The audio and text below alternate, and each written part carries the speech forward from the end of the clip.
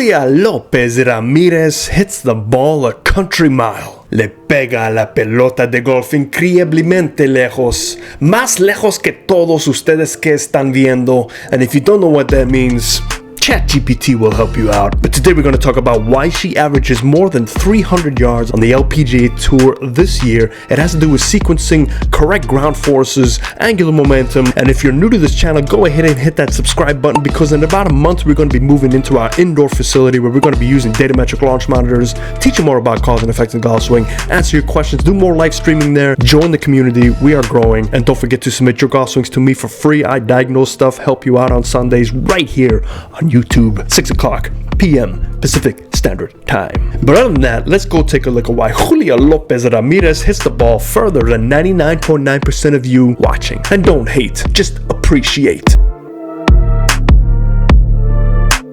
So let's just watch this thing of beauty over and over again. And we will break this down a little bit more detailed from both face on down the line. We're going to look at that conservation of angular momentum, the rotation, the ground force activation, how somebody with such a small stature comparative to some of the longer guys out there still hits it over 300 yards. It's pretty amazing. And it just goes to show you that positions are always preferable to create power. It's not just brute force. You don't just get up there like Hulk and just swing as hard as we can, because typically when you do that, your positions are out of whack, you don't use the ground force effectively, and your misses become so dramatic, because to hit that ball in the sweet spot when you're so out of control, it gets very hard. So here we have a very controlled swing, very smooth. The way she holds her posture throughout the whole swing, delivers that ground force magically. And I know this is not the best camera angles, but you know, I had to scour the internet, and these were the only two I could find. She's new to the LPGA Tour, so I would expect over the next couple of seasons, we will see more and more swings, and we will revisit this golf swing. But let's just break this down right away. Let's go from this face-on view. And in this face-on view, it is not our typical direct face-on, but I really like this view because it's going to show the relationship with the hand speed, the rotation, how she uses her footwork, and specifically right before impact, she does something similar to Tiger. Now, Tiger, if you've been watching on my live stream on Sunday, we talked about Tiger with his right hand delaying that release, where some other professionals out there really get the right hand to be active. Now, this all comes from where you are to top position. So if we take a look, we are still going to be using a Barney Purple on this position, because we can always just take a look at the shaft angle at address. Now, it's going to be very hard to talk about ball position, the tilting, just because we don't have that face on to describe how tilting needs to stay relative to the center of your chest. But what you will notice, and we're not going to keep these lines up because the camera does shift slightly. I'm not sure. I think Mrs. Havenkamp or Mrs. Jabroni was recording this, and you know, Jabroni with a cigarette, she probably wanted to try and get a light and drop the camera and moved it a little bit, but regardless, we're going to just use what we have. So that spine angle relationship, you're going to see this angle fluctuate from player to player. But if you take a look at this angle here, we are looking more than 90. Now, obviously, the longer the club gets, the more the hands want to stay more up and away from your body. It is very hard to let your hands relax naturally with a driver unless you are Wilt Chamberlain and are using regular guys clubs. Then you will have your arms going straight down, but then you might have some lower back issues. So this is normal when you're looking to set up. Now, when you get down to the wedges, you are going to see your spine angle increase more further down because the club is shorter, because we're trying to swing down. And that's one of the benefits of having a shorter club, is we can adjust our spine correctly, but we have to maintain that posture. So unfortunately, we can't keep these lines up. So there goes the lines. It's okay. But what we can talk about is the rotation around. Now, we're going to actually, let's keep this line up here, because you'll notice that the camera does shift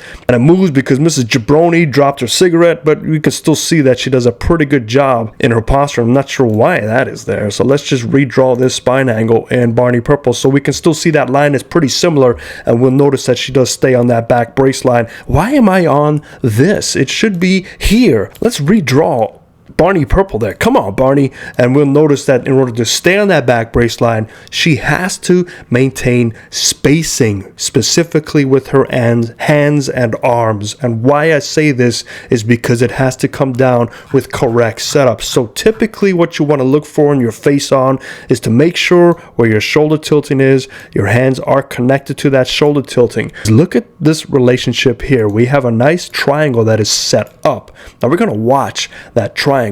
I know the camera shifts, but we're going to keep the triangles to see how they stay relative to each other. So we get to that top position. Look at the amount of turn that she has. This is well past 90. I'm very curious to see a direct face on to see how much further she goes past.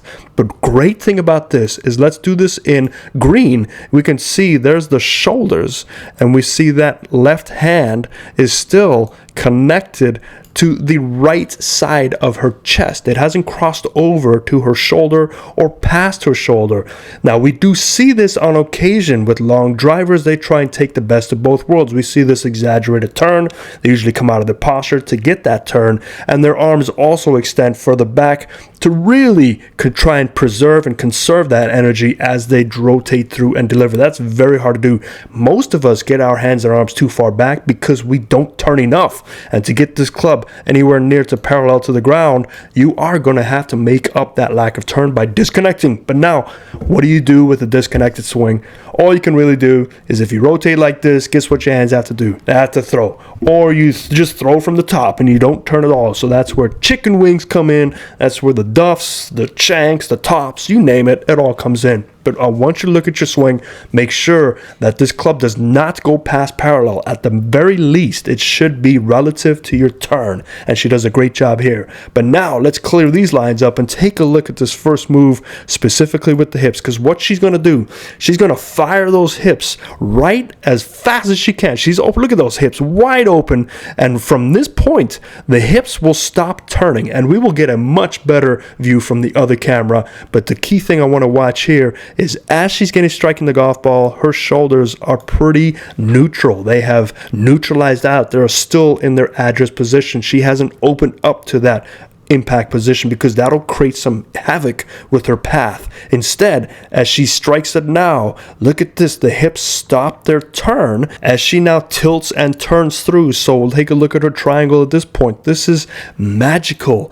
Right there is her triangle. Look how they're still in front of her chest. So this is connection. Now, you pair up connection with proper sequencing and ground force usage. That's where you can get an incredible amount of club head speed. And we take a look at that. Look at that. That's like triple jointed there. If I do that, man, I'm going to be not doing videos for a while because I'll be in a lot of pain, and I'll probably be playing tiddlywinks for the rest of my life trying to do that. And that is probably because her body is quite unique. So this is why you probably shouldn't be copying these people, because you cannot get in certain positions that they do. But even past impact, look at that connection. From here, it's still connected. It's still connected. Even here, look at how the hands are still connected to that center. The moment of truth really matters. It's staying connected right before you strike the golf ball and staying connected past. Some people can get away with being disconnected and reconnect in time, and that comes down to your timing. So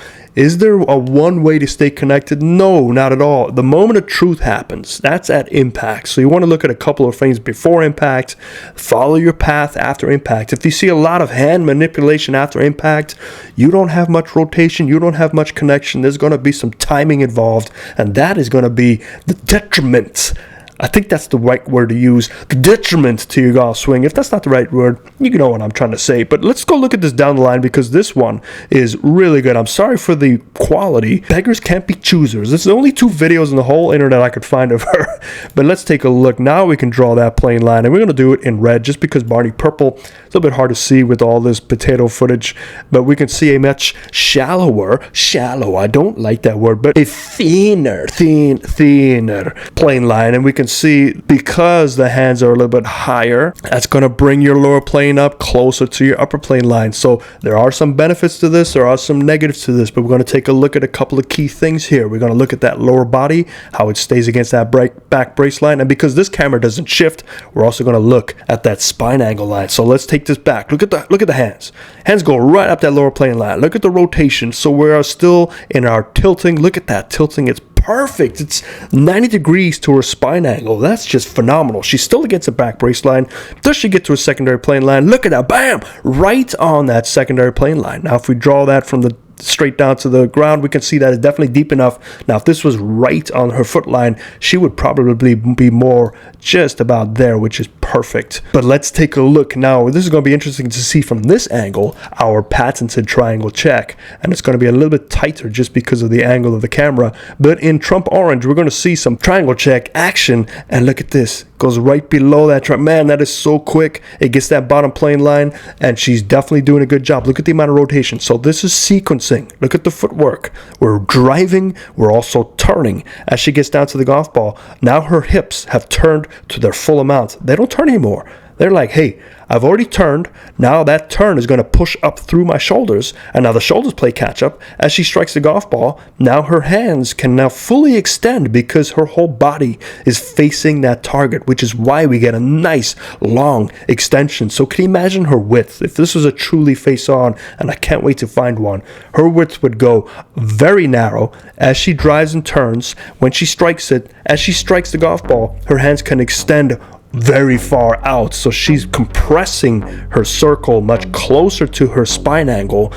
That's going to conserve a lot of energy with the rotation, with the ground force activating. Man, it's no wonder she hits it over 300 yards, and that is just phenomenal. Look at that amount of rotation. So you know what, let's watch this again over and over again, because I just want to embed this in my mind, because maybe if I watch this about 3,000 times and somehow include this on my 1.618 golden ratio website I'm working on, 49 now, it's no longer 39, it's $49.95 for 50 payments, 2 blood samples, you get an 8.5 and 11 by me doing something, I don't know yet, and this awesome pen. Alright guys, hope that helps you. I'll see you next time. Don't forget to subscribe. This is a beautiful swing. Watch it over and over again.